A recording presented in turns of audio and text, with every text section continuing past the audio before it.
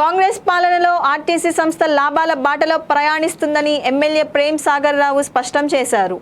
మంచిర్యాల పట్టణంలోని బస్టాండ్ను బస్ డిపోలో ఆయన పర్యటించి ఉద్యోగుల సమస్యలు అడిగి తెలుసుకున్నారు. ఈ సందర్భంగా వారు మాట్లాడుతూ 46 సంవత్సరాల కిందట నిర్మించిన మంచిర్యాల బస్టాండ్ను త్వరలోనే ఆధునీకరించి ప్రయాణికుల రద్దీకి తగ్గట్టుగా ఏర్పాటు చేస్తామని ఆయన తెలిపారు. బీజేపీ పార్టీ విధానాల వల్ల ప్రభుత్వ సంస్థలు నిర్వీర్యం అవుతున్నాయని మండిపడ్డారు. కానీ కాంగ్రెస్ పాలనలో ప్రభుత్వ సంస్థలు బలపడి అభివృద్ధి బాటలో పయనిస్తున్నాయని కొనియాడారు. గౌరవ ముఖ్యమంత్రి రేవంత్ రెడ్డి గారు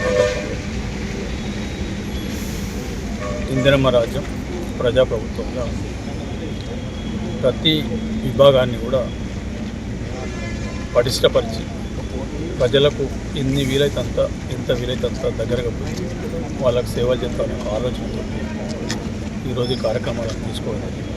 దాంట్లో భాగంగానే 6 హామీల భాగంగా మహిళలకు ఉచిత బస్సు అనే సౌకర్యం తీసుకుని ఆర్టీసీ అయిపోయింది, ఇక బంద్ అయిపోయింది, దివాళ తీసింది, ఈరోజు తీసుకుపోతున్న సంస్థ వారికి వెళ్ళి ఈరోజు ఆర్టీసీ వాళ్ళు వేరే సంస్థలకు అప్పులు ఇచ్చి వాళ్ళ సంస్థలను కాపాడుకునే పరిస్థితి ఇలా ఆర్టీసీ వాళ్ళు వచ్చింది. ఆపరేషన్ ప్రాఫిట్ వచ్చింది, కానీ కొంచెం ఇంకొక 6 నెలల్లో నాకు తెలిసి ఓవరాల్ ప్రాఫిట్ కూడా వస్తుంది. సంస్థను కాపాడంటే ఒక 41,000 మంది కార్మికులు, వాళ్ళ కుటుంబాలు, వాళ్ళకు సంబంధించిన సంస్థను కాపాడే సంస్థ లాభాల బాట పట్టింది. కాంగ్రెస్ పార్టీ ప్రభుత్వం ఎప్పుడు కూడా సంస్థలు నిర్వీర్యం చేసి వ్యవస్థలు నిర్వీర్యం చేసే ప్రభుత్వం కాదు. ఎప్పుడైనా వ్యవస్థలు నిర్మించి కాపాడుకునే.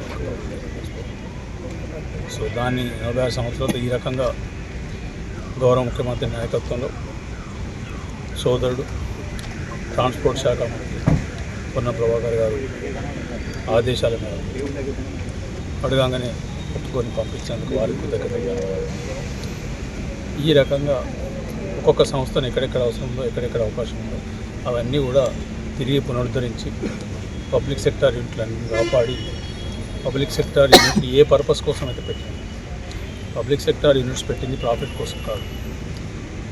నో లాస్ నో ప్రాఫిట్లా పబ్లిక్ సెక్టార్ యూనిట్ ద్వారా ఇక్కడ చదువుకున్న వాళ్ళకు, పిల్లలకు, లేకపోతే ఇంకేదన్నా వేరే వాళ్ళకు ఉద్యోగాలు ఇవ్వాలని ఒక ఆలోచనతో పెట్టింది. కానీ బీజేపీ వాళ్ళకి అమ్ముకునే కాదు, అమ్ముకునే